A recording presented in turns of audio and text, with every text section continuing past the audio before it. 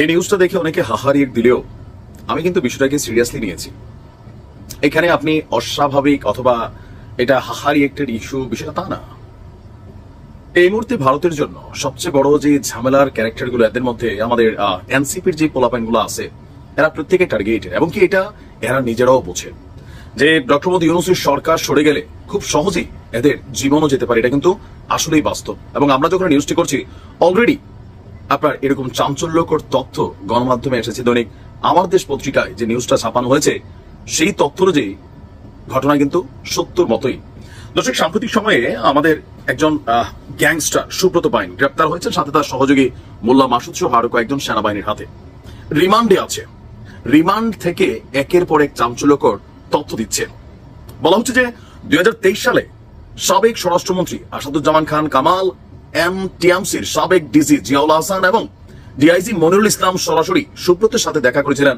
পরিকল্পনা ছিল জনাব তারেক রহমানকে লন্ডনে গিয়া হত্যার পরিকল্পনা, কিন্তু সরকারি প্রেক্ষাপট পরিবর্তনের পরই সরকার পতনের পর মিশন পরিবর্তন হয়েছে। দীর্ঘদিন যাবৎ সুব্রত পাইন এবং তার বাহিনীকে প্রস্তুত করছিল সার্জিস হাসনাত সহ আরো বেশ কিছু উচ্চ কিলিং মিশন নিয়ে। অলরেডি এখানে আমরা যতটুকু তথ্য দেখছি যে যদি সুব্রত সফল হতো তাহলে জনাব তারেক রহমানকে হত্যা যদি সফল হতো তাহলে সুব্রত পাইনকে মেরে ফেলা হইতো।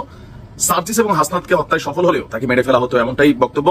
আর এই মিশনের জন্য তাকে স্নাইপার প্রশিক্ষণ, রাইফেল ব্যবহারের কৌশল এবং টার্গেট শনাক্ত করে গুলি চালানোর সক্ষম করে গড়ে তোলা হয়। এবং তার সাথে থাকা স্যাটেলাইট ফোন, এটাও কিন্তু একটা প্রশ্ন তুলেছে।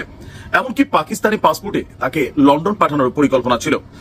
2025 সালের মে মাসে যখন সে আটক হয় তখন এখানে আবার নতুন তথ্য আসছে যে রিমান্ডে দেওয়া সুব্রত পাইনের তথ্য অনুযায়ী তার দলটি রাজনৈতিক নেতাদের লক্ষ্য করে টার্গেট কিলিং এর পরিকল্পনা করেছিল, যার মধ্যে বিএনপি, জামাত এবং নবগঠিত এনসিপির নেতারা ছিলেন। আর টার্গেট ছিলেন হাসনাত আব্দুল্লাহ, সার্জিস আলম সহ আরো অনেকে। অলরেডি অস্ত্র আনা হয়েছে নাকি সীমান্ত দিয়ে, আর তা পৌঁছে দেওয়া হতো রাজধানীর বিভিন্ন জায়গায়, মগবাজার, গুলশান, শাহবাগ, বাড্ডা প্রভৃতি স্থানে সন্ত্রাসী চক্রের হাতে।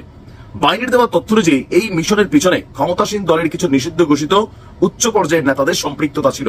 তিনি দাবি করেন এসব হত্যাকাণ্ডের মাধ্যমে রাজনৈতিক বিভ্রান্তি সৃষ্টি করে আওয়ামী লীগকে ক্ষমতায় রাখার পরিকল্পনা করা হচ্ছিল। এখন এই খবরগুলো গণমাধ্যমে যখন আসে, বাংলাদেশের মানুষের গণমাধ্যমেরও এটা হয় আর কি, যে ধরেন সবসময় একজন সন্ত্রাসী ধরা খাইলে বিপরীত দল নিয়ে কথাবার্তা আসে, আবার খবরগুলো চমকপ্রদ হয়।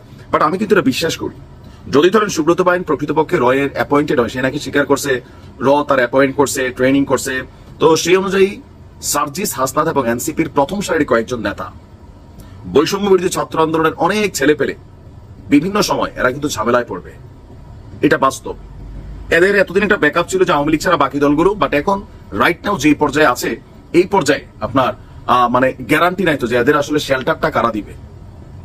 ডক্টর ইউনূসের সরকার 19-20 হলেই এনসিপির জন্য কিন্তু আসলেই দুর্দিন আসবে। শুধু এনসিপি না, মানে এদের যে বড় বড় নেতারা আছেন, তো এটাকে একবার হালকা নেওয়ারও কিন্তু সুযোগ নেই। সাবধানে থাকা উচিত, সচেতন থাকা উচিত।